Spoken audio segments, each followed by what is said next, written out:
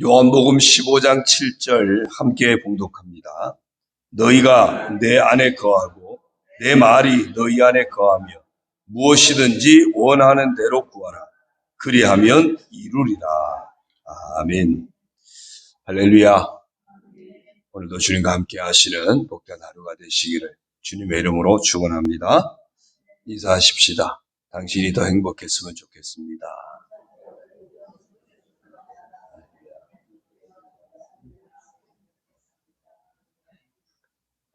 이 인사를 할 때 가장 얼굴들이 행복해 보입니다. 늘 그런 마음으로 행복하게 살았으면 정말 좋겠습니다. 아멘. 우리가 이번 주간 부름받은 성도로서 또 부름받은 임원으로서 우리가 살아가야 하는데 하나님이 왜 부르셨을까? 우리로 하여금 하나님 앞에 거룩한 자로 서게 하시려고, 그리고 하나님의 자녀가 되어서 하나님 상속자의 그런 복을 누리게 하시려고, 그리고 더 나아가서는 그 귀하고 복된 하나님의 일을 선포하게 하시려고 우리를 부르셨다고 했습니다. 이제 우리가 부름받았으니 그 목적에 부합한 삶을 살아내야겠죠. 어떻게 그 목적에 부합한 삶을 살아갈 수 있을까? 어제 수레바퀴를 예로 들면서 설명을 한다고 말씀드렸고, 어제 수레바퀴의 중심이 되는 부분과 부분을 말씀드렸습니다. 중심 대신 그리스도, 그리고 그리스도께 순종. 내 중심에 늘 예수님 모시고 예수님이 내 인생의 주인이 되시고 주인 되신 그 예수님께 순종하는 삶을 살아갈 때 우리는 부름받은 자로서 합당한 삶을 살아갈 수가 있습니다. 그 삶의 모습이 어떻게 나타날까? 정말 중심에 예수님 모시고 그리스도께 순종하는 삶을 살아가는 사람은 먼저 하나님과의 관계가 바르게 정립되게 되어 있습니다. 그리고 나아가서는 사람과의 관계도 바르게 정립이 되어집니다. 바퀴를 다시 예를 들면 어제 중심을 말씀드렸고 태를 말씀드렸으면 이제 안에 살을 채워야죠. 어떤 살을 균형 있게 갖느냐에 따라서 온전한 바퀴의 모습이 나오게 됩니다. 오늘은 하나님과의 관계를 온전하게 할 수 있는 두 가지 살에 대해서 말씀을 드리려고 합니다. 첫 번째는 말씀의 살입니다. 우리가 부름받은 사람으로서 그리스도를 중심에 모시고 그리스도께 순종하는 삶을 살고자 할 때 내 중심에 계신 그 그리스도께서, 예수님께서 무엇을 순종하기를 원하시는지를 먼저 깨달아야 됩니다. 무엇을 순종해야 할까? 무엇을 순종해야 할까를 알기 위해서 필요한 것이 바로 말씀입니다. 그렇지 않으면 여전히 내 뜻을 따라가게 돼 있고 세상 가치를 따라가게 되어 있습니다. 말씀을 통해서 주님의 뜻이 무엇인지, 하나님의 뜻이 무엇인지 깨달을 때 온전히 순종할 수가 있는 겁니다. 그래서 말씀을 통해서 말씀을 주시려고 우리에게 성경을 허락해 주신 겁니다. 디모데후서 3장 16절에 보면 모든 성경은 하나님의 감동으로 된 것으로 교훈과 책망과 바르게 함과 의로 교육하기에 유익하니 그랬습니다. 성경이 하나님의 감동으로 되었다.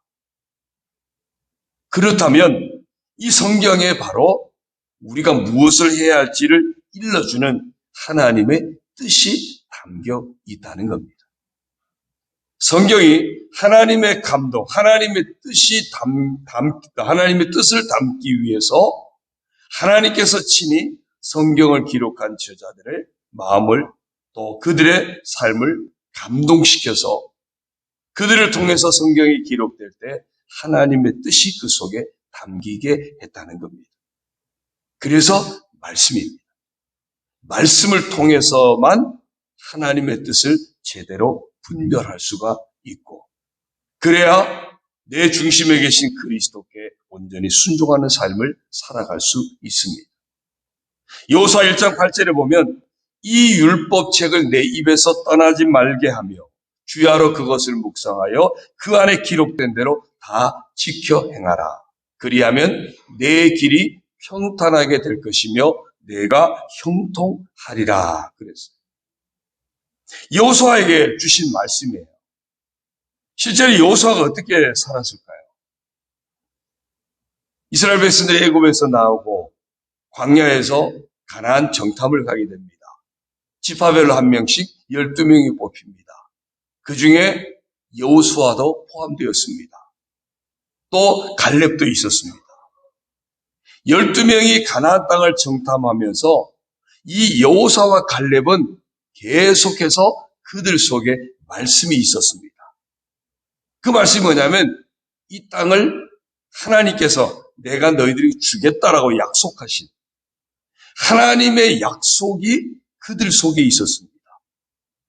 하나님의 약속의 말씀을 품고 있었던 여호수아와 갈렙은 끝까지 그 땅을 하나님이 주실 축복의 땅, 약속의 땅으로 보았습니다. 그러나 나머지 10사람은 그들 속에 이 하나님의 약속, 하나님의 말씀이 살아있지를 못했습니다. 그러다 보니까 그 땅의 모습을 보면서 두려움만 가득 채워가지고 들어오게 됩니다. 원망으로 채웁니다. 불평으로 채우게 됩니다. 낙심으로, 절망으로 채우게 됩니다. 그래서 그 10명의 보고는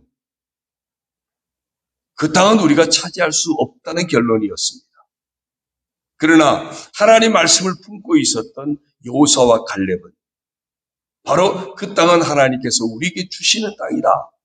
우리가 하나님께 순종해서 가면 그 땅을 차지할 수 있다. 그들 속에 말씀이 채워져 있었더니 하나님의 뜻이 분별되어졌고 그 하나님의 뜻을 이루는데 자기들은 쓰임받는 부름받은 자라는 사실이 깨달아졌던 겁니다. 그러니까 그 두 사람에게는 그 가나안의 축복이 주어졌습니다. 말씀을 내 입에서 떠나지 않도록 날마다 입으로 시인하고 말씀을 내 마음에 묵상하고 새겨서 그 말씀이 나를 이끌어가게 하라는 것입니다. 그렇게 되면 그 말씀에 순종하게 될 것이고 그 말씀에 순종하게 되면 하나님이 예비하신 평탄한 길을 만나게 될 것이고 형통의 복을 만나게 되는 겁니다. 베드로전서 2장 2절에 보면 갓난 아기들 같이 순전하고 신령한 젖을 사모하라. 이는 그로 말미암아 너희로 구원에 이르도록 자라게 하려 함이라고 했습니다. 그러므로 우리가 놓치지 말아야 할 것은 매 순간순간마다 마치 갓난 아기가 때만 되면 엄마의 젖을 그렇게 찾듯이 늘 말씀을 사모하는 마음, 말씀을 갈급해하는 마음, 날마다 말씀을 찾는 삶을 놓치지 말아야 하는 것입니다. 사도행전 20장 32절에 보면 지금 내가 여러분을 주와 및 그 은혜의 말씀에 부탁하노니 그 말씀이 여러분을 능히 든든히 세우사 거룩하게 하심을 입은 모든 자 가운데 기업이 있게 하시리라. 그 말씀이 우리를 능히 든든히 세워줄 것이고 하나님 나라의 유업을 누리는 자로 살게 하신다는 겁니다. 이처럼 중심에 그리스도를 모시고 그리스도께 순종하는 삶은 곧 내 마음에 말씀으로 채우고 그 말씀에 순종하여 사는 것을 말합니다. 두 번째는 기도의 살입니다. 분명히 말씀에 순종해야 하지만 우리에게는 말씀에 온전히 순종할 만한 능력이 없습니다. 분명히 내 안에 주님이 계시고 그 주님의 뜻이 무엇인지를 말씀을 통해서 깨달아서 순종의 길로 가야 하는데 우리에게는 온전히 감당할 만한 온전한 능력이 없습니다. 그래서 실패합니다. 그래서 자꾸만 넘어집니다. 그래서 필요한 것이 바로 기도입니다. 다시 말하면 하나님의 능력을 우리가 덧입어야 온전히 순종할 수 있다는 겁니다. 이스라엘 백성들이 광야에서 아말렉과 전쟁을 합니다. 이스라엘 백성들은 훈련받은 군대가 없습니다.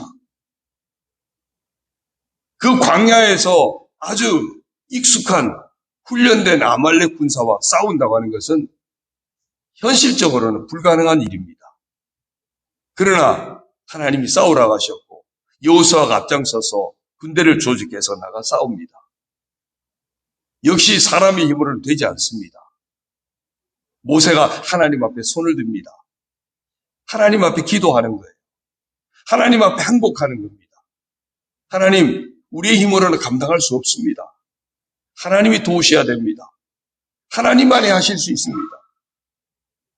이 전쟁의 이김은 하나님께 속한 것입니다. 그래서 하나님께 온전히 손을 들고 온전히 하나님을 의지하면서 온전히 하나님 앞에 항복하면서 하나님 앞에 간구합니다. 이 역시도 지칩니다. 주저앉습니다. 그래서 모세가 힘이 들어서 팔이 내려옵니다. 그랬더니 옆에 있던 아론과 훌이 모세의 팔을 양쪽에서 받쳐서 팔이 내려오지 않게 합니다. 모세가 계속해서 하나님 앞에 도움을 청합니다. 하나님 앞에 항복하고 하나님 의지합니다. 그랬더니 여호수아의 군대가 이기게 되고, 그래서 그 이김을 기념하기 위해서 붙여진 이름이 여호와 니시, 여호와는 나의 깃발이다. 하나님 우리에게 이김을 주시는 분이시다. 그 이김이 언제 주어졌습니까? 하나님 앞에 깨어 기도할 때였습니다. 다시 말하면 하나님의 능력이 덧입혀졌을 때 이길 수 있었습니다. 오늘 읽었던 요한복음 15장 7절에서 너희가 내 안에 거하고 내 말이 너희 안에 거하며, 우리가 예수님 모시고 또한 주님의 말씀을 우리가 채웠다면, 그러면 하나님의 뜻이 분별되어졌으니까 그 하나님의 뜻대로 살도록 하나님 앞에 원하는 대로 구하라는 겁니다. 그리하면 이루리라. 말씀을 품은 사람 기도하는 겁니다. 그리하면 이루어 주시는 겁니다. 이 순서가 대단히 중요해요. 물론 먼저 기도해도 됩니다. 그런데 말씀 없이 기도하면 자칫 내 욕심을 구할 수 있습니다. 말씀 없이 기도하면 내 뜻을 구할 수 있습니다. 하나님의 뜻대로 구하면 들으신다고 그랬어요. 그래서 말씀을 채우고 그 말씀 붙잡고 하나님의 뜻을 붙잡고 기도하면 반드시 이루어 주신다고 말씀합니다. 빌립보서 4장 6절 7절입니다. 아무것도 염려하지 말고 다만 모든 일에 기도와 간구로 너희 구할 것을 감사함으로 하나님께 아뢰라. 그리하면 모든 지각에 뛰어난 하나님의 평강이 그리스도 예수 안에서 너희 마음과 생각을 지키시리라. 진정으로 중심에 그리스도를 모신 사람은 말씀을 붙들게 될 것이고, 말씀을 붙드는 사람은 염려가 아니라 응답하실 하나님을 믿고 합력하여 선을 이루실 하나님을 믿고 감사함으로 기도하는 자가 된다는 것입니다. 그러면 그에게 하나님의 평강의 복이 주어질 것이라고, 하나님께서 그 마음과 생각을 지켜주신다고 말씀합니다. 요한복음 16장 24절입니다. 지금까지는 너희가 내 이름으로 아무것도 구하지 아니하였으나 구하라, 그리하면 받으리니 너희 기쁨이 충만하리라. 그러면 이제 구체적으로 하나님의 뜻을 일러주시는 약속의 말씀을 품고 중심에 모신 예수 그리스도의 이름으로, 내 이름으로 구하라 그랬어요. 예수 그리스도의 이름으로 구하는 자가 되면 그에게 기쁨이 충만한 은혜의 복을 허락하신다고 말씀합니다. 그렇습니다. 오늘 바로 이 말씀과 기도, 말씀의 살, 하나님 나에게 무엇을 말씀하시는지 늘 들어야 돼요. 그러면서 하나님 앞에 기도해. 중심에 그리스도를 모시고 날마다 말씀을 통해서 하나님의 뜻을 분별하고 하나님 앞에 기도하면서 그렇게 그리스도께 순종하는 삶을 살아가면 우리 삶 가운데 하나님이 부르신 그런 부르심에 응답하는 복된 삶을 살아갈 수가 있게 되는 것입니다. 오늘 하루 살아가실 때, 또 우리가 부름받은 자로 우리가 성도의 삶을 살아갈 때, 임원으로서 사명을 감당할 때, 말씀과 기도 가운데 늘 깨어서 중심 되신 그리스도를 놓치지 않고 그리스도께 온전히 순종하는 우리 모두의 모습들이 되어지기를, 그래서 하나님의 뜻이 아름답게 이루어지는 복된 인생의 주인공들이 되시기를 주님의 이름으로 축원합니다. 오늘의 퀴즈입니다. 우리가 수레바퀴 여화를 통해서 우리가 부름받은 자의 삶을 온전히 감당하기 위해서는 우리 중심의 그리스도를 모시고 그 그리스도께 순종해야 함을 보았습니다. 그런데 바로 이 삶을 감당하기 위해서 하나님과의 관계에서 놓치지 말아야 할 두 가지를 문자로 보내주십시오. 우리 361장 찬송하시고 부르짖어 동성으로 기도하시다 돌아가겠습니다. 날마다 중심의 예수님 모시고 또한 말씀과 기도 가운데 깨어서 그 주님께 늘 순종하는 그런 복된 인생이 되어져서 하나님 앞에 거룩한 자로 서게 하시고 또한 하나님의 상속자로 살아가게 하시고 하나님의 일을 선포하는 사명자로 그 사명을 잘 감당하게 해달라고 우리 361장 찬송하신 후에 합심해서 통성으로 기도하시다 돌아가시겠습니다. 361장입니다. 기도하는 이 시간 주께 무릎 꿇고 우리 구세주 앞에 다 나아가네. 믿음으로 나가면 주가 보살피사 크신 은혜를 주네. 거기 기쁨인데 기도 시간에 복을 주시네. 고난 내 마음 속에 기쁨 충만하네. 기도하는 이 시간 주가 곁에 오사 인자하신 얼굴로 귀 기울이네. 우리 마음 비우고 주를 의지하면 크신 은혜를 주네. 거기 기쁨인데 기도 시간에 복을 주시네. 고난 내 마음 속에 기쁨 충만하네. 기도하는 이 시간 주께 엎드려서 은밀하게 구할 때 곧 응답한대. 잘못된 것 아래면 측은히 여기사 은혜를 주네. 거기 기쁨인데 기도 시간에 복을 주시네. 고난 내 마음 속에 기쁨 충만하네. 기도하는 이 시간 주를 의지하고 크신 은혜 구하면 꼭 받으리라. 의지하는 마음에 근심 사라지고 크신 은혜를 주네. 거기 기쁨인데 기도 시간에 복을 주시네. 고난 내 마음 속에 기쁨 충만하네. 주여 부르짖고 통성으로 기도합니다. 주여 할렐루야. 하나님 아버지 감사합니다. 이 아침에도 저희를 불러주시고 인도하시니 감사합니다. 아버지 불러주셔서 아버지 불러주셔서